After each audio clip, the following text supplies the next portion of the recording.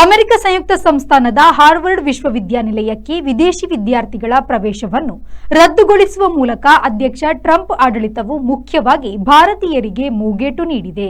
ವಿದೇಶದಿಂದ ಬಂದು ಡಾಕ್ಟರೇಟ್ ಮಾಡುವವರಿಗೆ, ಸಂಶೋಧನೆ ಮಾಡುವವರಿಗೆ ಸ್ಕಾಲರ್ಶಿಪ್ ಇತ್ಯಾದಿ ಅನುಕೂಲವನ್ನು ನೀಡಿ ಘೋಷಿಸುತ್ತಿದ್ದ ಸಂಸ್ಥೆಗಳಲ್ಲಿ ಮುಖ್ಯವಾದ ಒಂದು ಹಾರ್ವರ್ಡ್ ವಿಶ್ವವಿದ್ಯಾನಿಲಯ. ಸಾಕಷ್ಟು ಭಾರತೀಯ ವಿದ್ಯಾರ್ಥಿಗಳು ಇದರ ಅನುಕೂಲ ಪಡೆದಿದ್ದಾರೆ.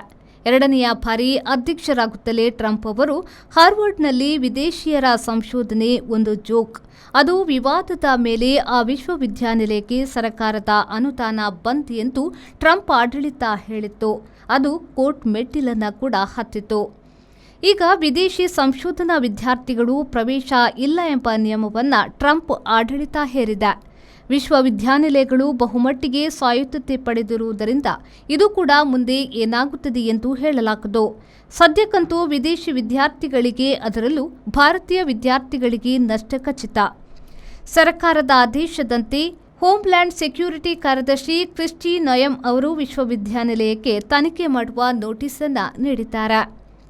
ಹಾರ್ವರ್ಡ್ ಕ್ಯಾಂಪಸ್ನಲ್ಲಿ ವಿದೇಶಿ ಏಜೆಂಟರು, ವಿದೇಶಿ ನೀತಿಗಳವರು ಅಷ್ಟೇ ಅಲ್ಲ, ಚೀನಾದ ಕಮ್ಯುನಿಸ್ಟರೆಲ್ಲ ನಮ್ಮ ಹಣದಲ್ಲಿ ಸೇರಿಕೊಳ್ಳುತ್ತಲೇ ಇದ್ದಾರೆ.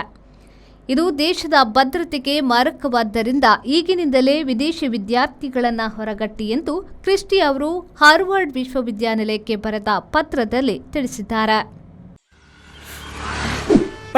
ಯಾವ ಲೇಟ್ ಆಗಿ పోయి ఈ ఫర్నిచర్ ఇంక మస్తు ఇష్టం నిల్లడిపోతాం పోయి బాబా లేన మస్తు ಖುಷಿ ಪಡು ಬಾಬಾ ಕುಲ್ಲರ್ನ ಬುಡ್ಸೋದಿಚ್ಚಿಗೆ ಅಂದ್ ಕೈತಲ್ ದಿಲ್ಲಡ್ ಮಾತಾಡಲ್ಲ ವೀಕಿದೆ ಫರ್ನಿಚರ್ ಉಂಡು ಈರಿಂಗ ದಾಲ್ ತೆತ್ಕೋರ್ಬಿನೆಂಜಿ ಪೋಲೇರ್ ಬೇಬಿ ಯಬ್ಬಾ ವೀಕೆ